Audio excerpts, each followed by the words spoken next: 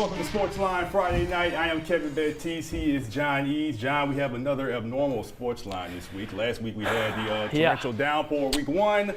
This week we have the hurricane. Just a hurricane, yeah. You know, games get pushed back. We can't start the season off on a regular foot, but this is how it goes. Maybe week 3. We're going to have fun regardless. So let me say this. Certainly thoughts and prayers with everybody that is dealing with the impacts of that hurricane. Absolutely. But now I got a message from Mother Nature before we get going.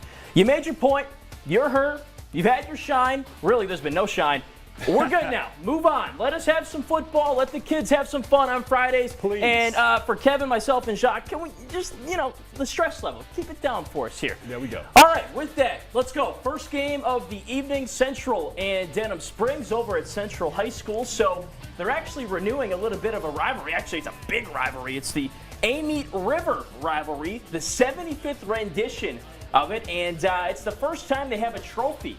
I guess they hadn't had one before, so they designed it for this year, and it's actually the first matchup since 2021 that Central won. So bringing that back, love to see it. First quarter here, Jerry Horn passing deep, intercepted by Caden Loop. Very talented safety for this Wildcats defense. Had a great game against De La Salle last week. He's got a big return, and it sets the Wildcats up in good field position. But Central couldn't score off of that. Nathan Zimmer, though, very good specialist. David Simino mentioned that before the game at 6 o'clock, and he hits that field goal, so it's 3-0 Central early on. Manny Williams back in the building. More on him in a few minutes. Horn rolling out in some more trouble, and KD Mays takes out his feet for the sack. We hear more from Mays in just a little bit, so Central gets the ball back. Jackson Furman, a guy that was he didn't play the last game, starting tonight for the Wildcats, but he's going to have to wait till the end of this play to get on the field. Blazing Stokan chops down Tylen Haynes on a dump route there on 3rd down. So now Furman, that Central offense, get a chance. Missed last week due to those injuries in the car accident. Playing this week, and that's his favorite target. Keithan Womack with the catch for the first down. Give us the first down indication there. There you go, Keithan. Thank you very much.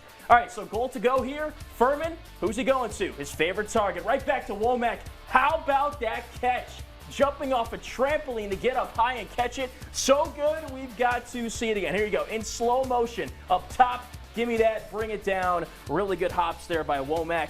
9-0 Central at that point. Missed the PAT. Sorry about that, Nate. Had to mention that. But Central looking good here early. Denham Springs really needs to find some answers, but they really couldn't. Central's defense was locking down. Here's one of the craziest touchdowns I've seen. Watch this, Kevin.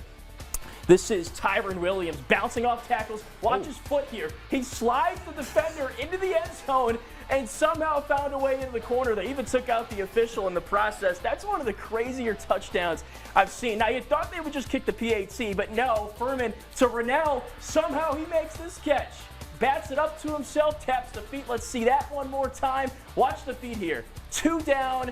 That would be good on Sundays as well, not just on Fridays. So everything's going the Wildcats' way. It's 17-0 at that point. But Anthony Camp's defense is playing well. Yeah, Zachary was there. They play tomorrow against Acadiana, do a little bit of scouting. They'll see Central later in the season. DK Mays with the sack there for the Central defense, the Houston commit. Coach Camp's defense just balling. Now back to work with Furman. Now this is a really cool story. Deep shot, who is it to? Kylan Thomas, number 4. So last week, Furman, Thomas, and Emmanuel Williams all could not play because of that car accident. 1 week later, Furman finds Thomas on the deep touchdown pass. They're going to share a moment right here. That just has to feel good for those guys. Their senior season was in doubt, but clearly they're happy to be back on the field and good things are happening. Horn back to pass. DK's twin brother, KD, with the sack, his second of the evening. So Willie Fritz got to be loving what he's seeing. Maybe they'll slide KD an offer there. So there's Manny Williams. Mentioned him before. Still recovering from that car accident. Furman and Thomas can play, but he's still got some injuries he's working through. So at halftime, they did a running of the bucket in the stands. So some parents and fans could put money in the bucket there to help cover Manny's financial costs for the hospital bills and all that stuff. So really good to see there. Denham Springs did pick it up in the second half. Here's an interception for Rancher Miller, but unfortunately that was one of the lone highlights of the evening for Denham Springs. Central gets the win here, 31-6. So I heard that they're taking that trophy, they're putting it in the front of the student union there, and the principal told me they don't plan on giving it back, so they're going to bolt it down into the floor. So a great night out there in Central for the Wildcats. 31-6 is the final score. in the 75th rendition of the Amite River rivalry. How petty. I know Central, I know the folks have probably been waiting on that one ever since that playoff loss that happened. When Denham came in and got that win, and they didn't just win, they dominated. So Central Thanks for mentioning that, yeah. Oh, yeah, no, absolutely. So Central was glad to get back, and I guess get some payback a few years later. Up next, we got Istrouma and McKinley. It's a little early in the season for district play, but that district is a little deep and is one of Baton Rouge's oldest rivalries. Pick this up, Istrouma up 14-0. Kyrie Paul is going to throw an interception, but he is bailed out because McKinley is going to get called for roughing the passer. So that's a little gift right there. So Istrouma's offense back at it. Kyrie Paul behind center, direct snap. And he's going to muscle in for his third touchdown of the game. He scored the first two. The first one was 75 yards on a fake punt. Then another one was 50 yards. That's why he's cramping. And yeah, he was cramping. He was out the rest of the first half. Yeah. So yeah, he deserved that one. And then McKinley back to punt. That's going to be blocked, and Istrouma falls on it. Their offense does nothing with it. So McKinley really struggling. Their band trying to bring the mojo. But check this out, John. Okay. Istrouma is still going to sleep. Oh. Their band is not amused. Their football team is not amused. It's just all Indians in this one. See. So the Indians' offense is back at it, and it's going to be Elijah Parker rolls out and hits Davion Shavers for the big game. Yeah. I didn't know he plays offense. There we go. And then next play, whenever Paul gets a rest, hand it to your other workhorses is Jeremiah Coleman. Oh yeah. Muscles in for the touchdown, and it's going to be 26-0 Indians. So Byron Wade's offense really getting that motion going, really having a groove. McKinley started the second half with 3 and out. Another workhorse is going to be Justin Williams getting the handoff, makes a guy miss before he is eventually brought down, but not before a big first down run. And then a few plays later, here goes that man again. I guess the cramping wore off. He's back in the game. Direct snap, another juke. Wow. Reaches over for the touchdown. Wow. He had 4 touchdowns. I don't know if that was not his final stats. We'll have to get that. Yeah. But he is obviously an early candidate for player of the week. And then we got the dance right here. I don't know what you call that. I got to have him teach me a couple moves. There we go. 32-0 at that point. We go to the final score. 38-6 Istrouma, the final in this one. So nice little first win of the season for Istrouma. That's impressive. Yeah, and nice to see those playmakers making plays. Jeremiah Coleman, Kyrie Paul, Davion Shavers, Byron Wade cooking it up. I tell you what, Kyrie Paul can play any position on the football field except probably offensive line. And even then, he'd probably give you a good fight, you know? Yeah. Love that, love that. All right, let's head out to Lafayette, that area, for St. Thomas More and Catholic. St. Thomas More picked up a 7-point win over the Bears last season. Here we are in the first quarter. Cole Bergeron sacked. That was Jacob Bradford coming in on the corner blitz. Willie Fritz going to love to see that. Another Houston commit. We mentioned DK Mays earlier. 4th down in the red zone here. Jeremy Fisher takes the handoff. Can't get the line to gain. St. Thomas More defensively with a stop. So a turnover on downs. Now Baylor Graves looking for a receiver. But Brian Broussard picks it off. Took it off the turf there, it almost looked like. He had 4 picks a week ago, gets one there. The Cougars now back on offense. They can't do anything with it, though. So Catholic had it again in the second quarter. That was another 4th down, but once again, St. Thomas More stands tall. Now, a few minutes before halftime, Graves keeps it on the zone read, rumbles, stumbles, breaks some tackles, and finally falls down. Good to see that because Catholic, I know, have been looking for that quarterback to replace Daniel Beal. Graves doing a good job there. Now, seconds left on the goal line. This is Jaden Miles. It says Brady. Jaden Miles, the Wildcat, punches in for the first touchdown of the game. He's one of the best sophomores in the Baton Rouge area, so you got to get his name right. Catholic up 6-0 at the half. Kevin, take it away. All right, so Catholic got a field goal, increase the lead 9-0. But here comes St. Thomas More in the third quarter. Specifically, Gabe Mozek, 3-yard touchdown run, caps off a 15-play, 75-yard drive. As we watch it again, STM forced to stop. Their offense back at it again, and Mozek is going to go 49 yards for the touchdown. So STM takes their first lead of the game, 14-9. And then Catholic is going to get back close to the end zone, but they're going to stall. It's going to be Tanner Forbes for the 27-yard field goal, so that makes it 14-12. Catholic still trailing. Now the defense needs to stop. On the 3rd down in the 4th quarter, STM mishandles his snap. The Bears fall on, so their offense setting up shop in good field position with a chance to take the lead. And here we go. Graves drops back. Amari Clayton makes an impressive catch over his defender. Bears retake the lead 18-12. The Catholic High Magic is in full force again. So now 41 seconds left in the game. 4th and 1 for STM. Mishandling the snap again. Mosaic picks it up, gets the first down, and now here's the fire drill. We got a little flop right there. Hey, he's well coached. He might get an Oscar for that one, so here we go. Yeah. Now, STM has no more timeouts. 30 seconds left. Bergeron, he cannot take a sack right there, but that's exactly what happened. Tick, tick, tick, tick, tick, tick, tick. Still going. 20 more ticks? Yep, 20 more ticks. Like I said, they have no timeout, so they got to get the play from the sideline. No time to really spike it. So Bergeron trying to set it up. Still nothing, and that clock is still running. Dumps off a screen to Mosaic. He's trying to get out of bounds, but he doesn't. 5, 4, 3. They're trying to run, but eventually the clock is going to run out. And once again, the Catholic High Magic strikes again. Wow. 18-12 is the final in the 18-12 is the final in that one. In the battle of defending state champions. Like I said, these two teams always put on a show anytime they play. It just never fails. And once again, that's what we have in Lafayette. Crazy, too. I mean, that's 2 straight games for Catholic where it's, come down to the wire, 4th quarter, and they're finding ways to win, and they're doing it early in the season. They're playing a very tough schedule. Destrehan, St. Thomas More, not pushovers. Apparently, too, Catholic was the last team to beat St. Thomas More 2 years ago. Yep, that was on the broadcast. There we go. Hey, I help you, you help me. There we go. We're a team. It's a team effort. Good job right there. I'm the quarterback, you're the center, or I'm the quarterback, you're the running back. Okay, whatever. So is Catholic High going to keep winning like this, you think? Hey, I mean, they're finding ways to win, 1 game at a time. So that's all you can do. Seems like they're just making it work.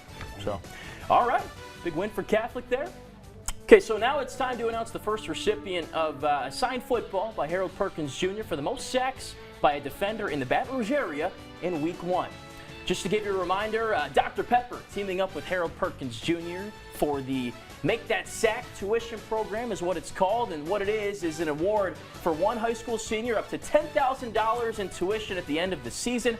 Weekly winners will receive a signed football by Perk, and this week's football goes to Jacob Caballero from Catholic of Point Capee High School in New Roads, who had 1 sack in Week 1. Congrats to Jacob, and hey, be sure to follow along all season at drpmakethatsack.com. Again, that's drpmakethatsack.com. We will announce another winner, of course, next week. Stick with us here on Sportsline. Just getting started.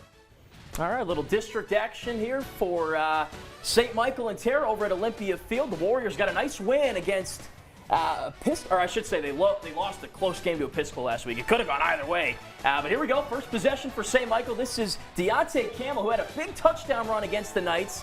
Looks like he has one here, but actually it's called back due to a penalty. No score. 2 plays later, Brock Hamilton dropping back, hits Johnny McCarty, talented wide receiver. He fumbles once and fumbles again.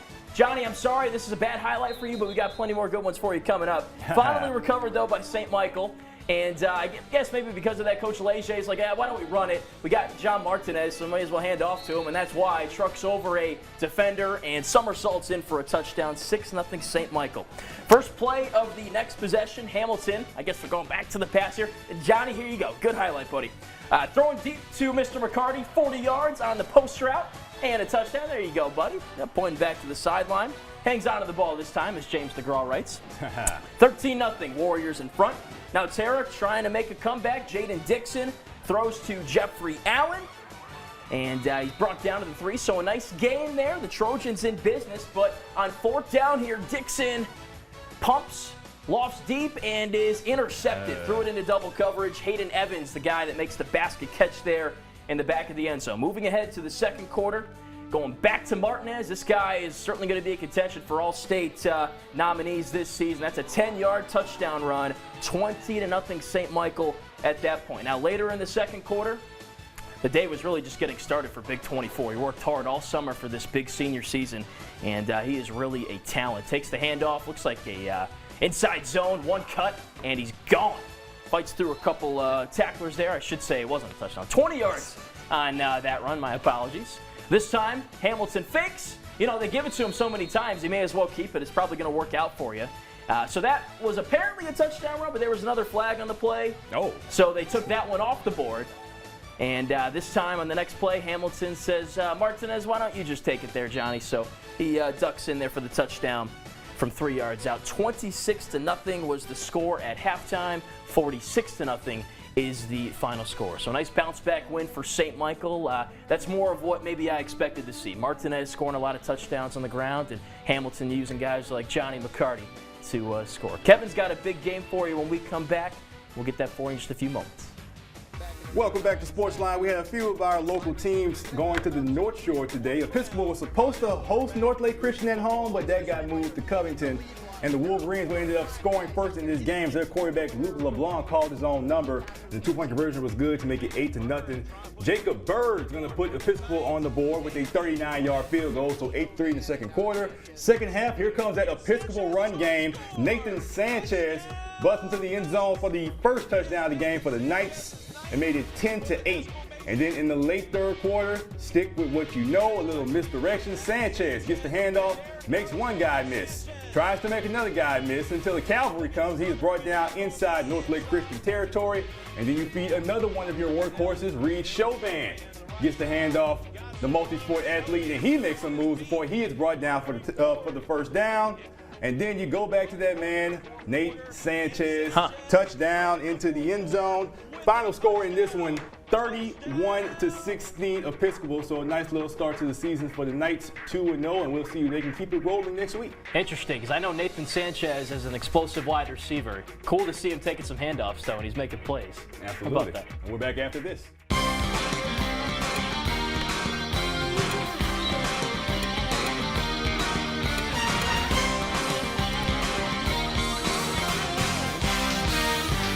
Hey, welcome back to Sportsline, everybody. Picking things up here on WBXH with Kevin Baptiste. I'm John Eads. By the way, if you miss any portions of this show, the full thing is posted on our WAFB YouTube page. So if you miss a game here or there, they're all in that video that we post once the show is wrapped up. Now, we led off with a 5A game, Central and Denham Springs. Let's pick it up with another 5A game. Kevin? Making it do what it do, John. Walker hosting Woodlawn. Walker started off season last week with the win over Ponchatoula. Woodlawn lost that 3-0 game to U High. And this one was all Wildcats early on, 28-7 at the half. But then Woodlawn gets on the board as Ahmad Price hits Makai Wilson for the touchdown, so 28-14 as Woodlawn cuts the lead. And then Walker, here comes their offense, Rashad Taylor on the reverse, makes some juke moves before he is stopped inside the 5. And then Troy Seville is going to roll to his right, goes to the back corner of the end zone. And that's incomplete as Woodlawn takes over. Now they're trying to come back as Price. His pass is incomplete, so that's another turnover on downs. And then here comes Walker back on offense, Caden Jones, the running back wearing number 94. Don't talk about my number, I'll still score these tutties, baby. Right up the middle for the 6, 34-14 Walker. As we take a look at the final score in this one, that is final score 34-14. So yeah, good start to the season. That's a big win for Walker. Yeah. Woodlawn's a very well-coached team and a team that is well-respected around the area, so nice W for the Wildcats there. Good for Caden Jones, too. His mom, Tab, was telling me Caden should have got Sportsline Player of the Week. So another big performance for number 94 right there.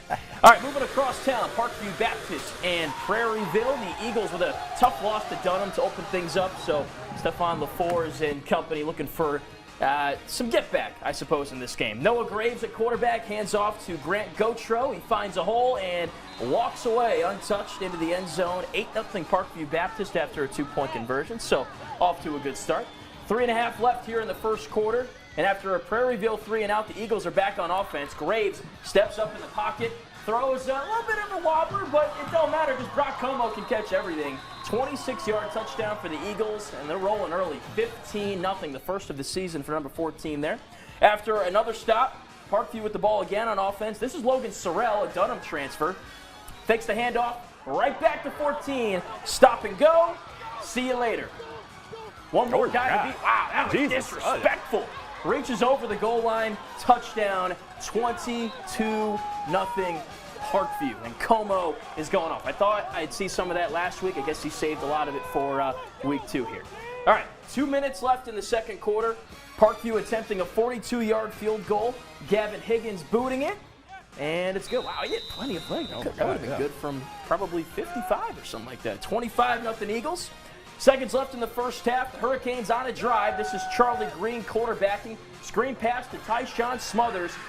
And he's off to the races. Splits a couple defenders. He looked really good this summer at a 7-on-7 I attended at LSU. And clearly that's carrying over to Friday nights. 25-7, Parkview in front at halftime. A couple minutes into the third quarter. Graves back into quarterback. A little bit of switch in and a little bit of swap in there at the QB position. Throws complete to CJ DeLeon, a young guy on this Parkview team that they're very high on. Had a really good season last year. Nice grab there, and of course signaling the first down. That's what you do these days. 1 minute later, Graves hands off to Cole Bonato, who stopped initially, but look, he spins out of the tackle and gets into the end zone. He didn't lose the ball, but at that point he'd already crossed the goal line. Don't really have review in high school football either, so the touchdown is good, 32-7, and his dad's going to love that. I was talking to him before that game against Denham, and must be a proud moment for him. Here's the final score, 53-13. The Eagles with a nice, we'll say get back win after struggling against Denham in week 1 there, 53-13. All right, a lot of points in that one. There was also a lot of points in town, as they call it. Liberty was on the road against White Castle. We go to the cane fields, a lot of mosquitoes. Make sure you bring the bug spray anytime you go to White Castle. It's straight out of Road to Glory. You always got to know. First play of the game, it did not start off well for the Bulldogs as Javen Woods drops the snap, and the Patriots are going to pounce on it. And then here they come in that wing tee. Oh, yeah. As Jeremiah Lutcher gets the handoff. Is that Keenan Jets? Oh, my God. Oh, looks like it. Stop it out. 6-0 Lutcher. And then here comes White Castle back at it. Jamal Brown. And the ball is on the turf again. And once again, Liberty is going to pounce on it. This is Kylie Foster with the scoop and trying to return. Whoa. Wait, oh, my God. Wait, White Castle got it back. Way to keep the camera And now rolling. here we go. We got nothing into something. So really, it's like a 5-yard ball. It's a game, I guess. I guess it's a game. So White Castle still on offense. Brown is going to hit Shadrick Allen, and he's going to high step. That's a bad man. High step to the touchdown. They're going to go for 2. So Brown is going to pitch, and they're going to get that to make it 8-6.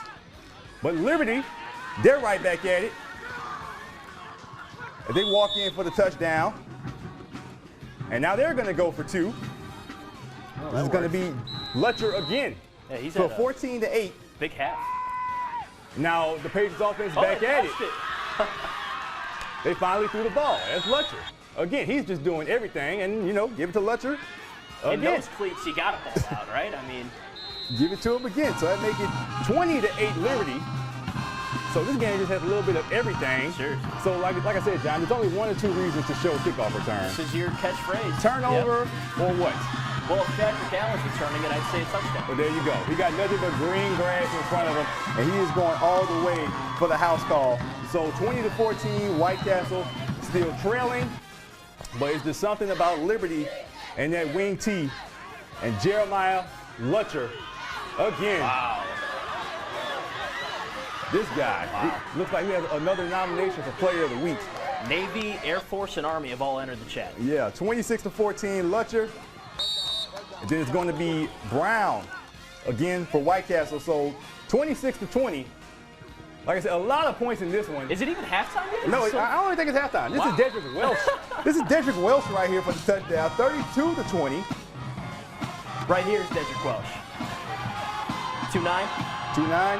Lutcher had that last one. That's Zayden Foster. Oh, Zayden Foster. Wow, so many touchdowns, so many running names. backs. I mean, with that wing tee, you got 3 different guys. Right? Zayden Foster. They made it 38-20. Wow. Who needs field goal kicking? Seriously. 2-point conversion. Make it 40-20.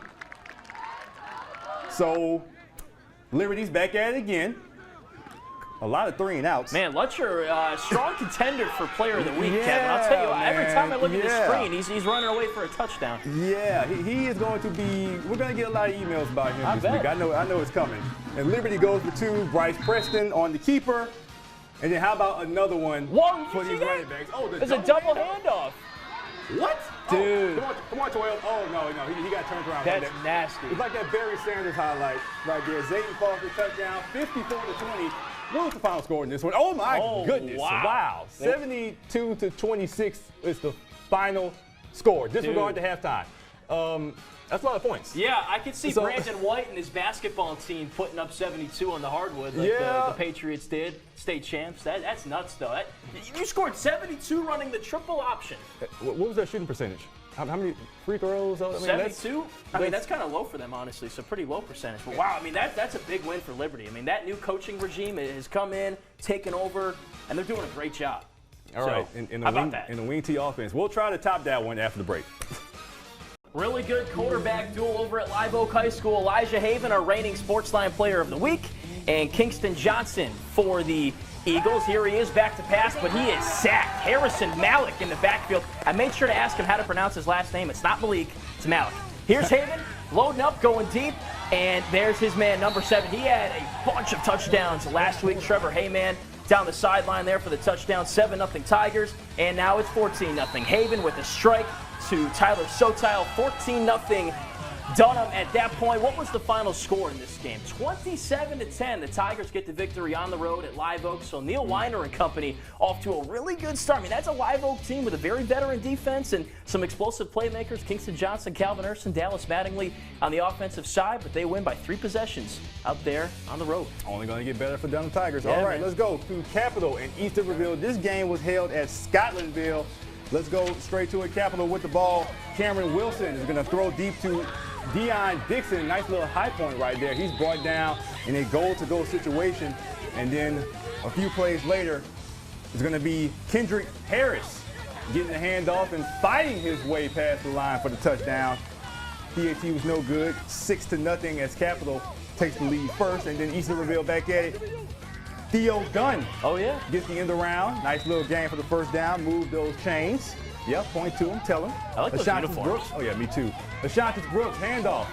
Down the right sideline, and no one's going to catch him. He's in for the touchdown, and that ties it up at 6.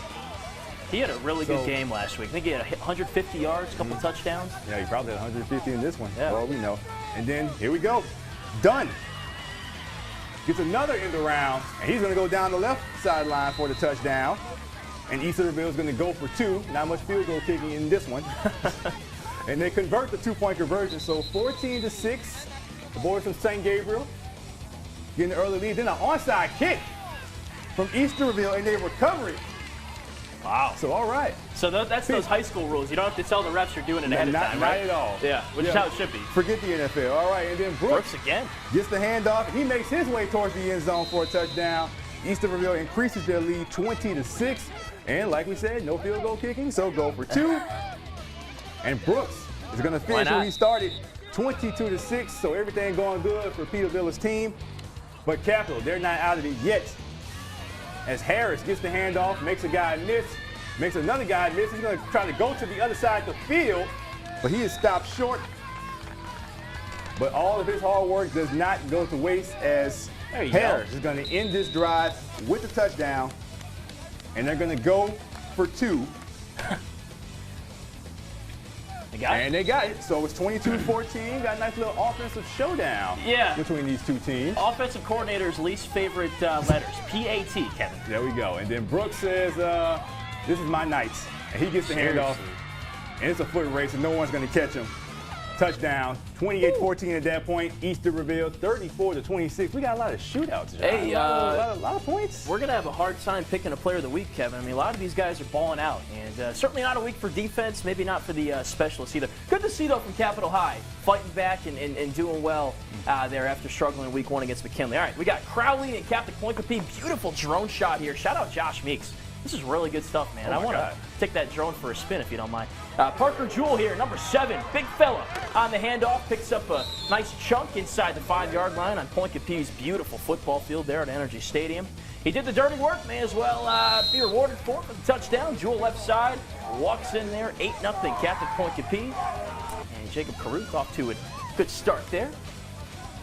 Catholic Point Capee cheerleaders getting into it, getting the crowd fired up. Jude Morrison, one of the most talented underclassmen in the area, finds one of his receivers here, a little H-back for a big game. Look at him dragging defenders down the field. I want to give this man some love. Luke Vosberg there on the catch and run. And back to Jewell here on the next play. Another big gainer on the ground. He's a really good linebacker. I was talking to his grandpa He's known for that side of the ball, but I guess the offense is working pretty well, too. They give it back to him here, and Jules got another first down. He is running angry, man. He does not go down easy. I'd say you probably need like 3 or 4 guys to get him on the ground. So a little bit of a trick play here. Ends up in Jules' hands. Faked out the entire defense. That's why he didn't get touched. Faked out Josh, too. But it's okay, Josh. Did a great job to follow the ball there and get the touchdown. Nice to see the Friday night lights back on. Beautiful moon, too. Sam Hernandez with the fake. Big run left side.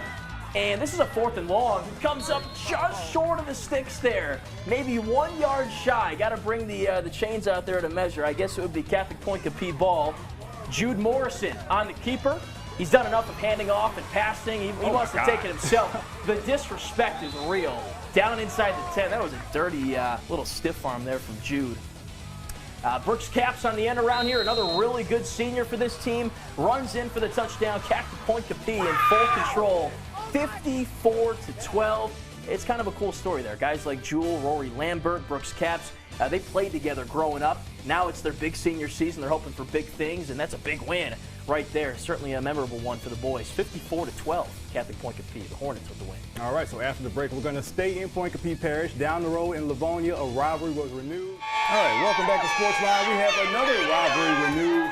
North Iberville against Livonia. These schools are separated by 10 miles. Picking up North Iberville up 18-14, and Livonia, that's not going to help them get the lead, as that pass is going to be intercepted by DJ Melanson. So it was 18-14 Bears at the half. The Bears offense is going to get right back to it, as their quarterback, Justice Roy, is going to dump off. That's helmet on football. But that's going to be eaten up by Carmel Joyce. So Livonia, their offense, back at it, as Corey Parker is going to pitch to Cameron Carter for the first down. And then Parker, now that ain't good. Bad snap. That's on the turf. So nothing doing for the Wildcats as the Bears get right back on offense. Roy almost gets bottled up, but he's going to pitch to Jeremy Favorite, and he takes a big hit. He fumbles the football. That's recovered by A.J. Kolar, but they're going to get Livonia for the flag for a face mask. So North Iberville keeps the ball. Mikael Toussaint Jr., he's going to make his way for the first down. And then North Iberville, they're going to stick with that ground attack as Jeremy Favorite gets the handoff, makes a guy miss, and he gets into the end zone for the touchdown as the Bears increase their lead 24-14. Their defense forces a stop. Offense is going to get right back at it. So here we go. As Roy throws the screen, Toussaint. He's got a convoy in front of him. Eventually, he is still not brought down. Look at that. Still going before being knocked out of bounds for the first down. And then the handoff to Favorite. He's going to fumble it, but pick it back up. So it's a tackle for a loss, but the Bears keep the football. And then Roy is going to dish to Toussaint Jr., trying to get to the end zone, but he's going to fall just short on the end. But it's all good because the Bears are going to finish it off. It's going to be Toussaint Jr. up the middle, 30-14 Bears. And they're just really taking over. Nothing doing on the Livonia sideline. FB dive. Yeah, nothing for them. And the misery just continues for the Wildcats offense. Parker, he's going to be sacked by the Jive Butler. So the Bears, back in their first year of varsity, and they really start off 2-0 on the season, 43-20. They come in and take over the jungle, as they call it. So a good start for Joshua Gas and Company. Got to feel good because Livonia is a program that's been established for a while, obviously. Absolutely. And North Iberville comes in and wins that game off to a 2-0 start. What a surprise! How about that? All right, John. Well, we got it done. All right, though. We did. Weather tried to hold us back, but hey, we got it done. You can't stop Sportsline Friday. It's going to take a military, and maybe not even that, to stop us from doing the show. For John Eads, I'm Kevin Baptiste. We'll be back for a normal week of Sportsline.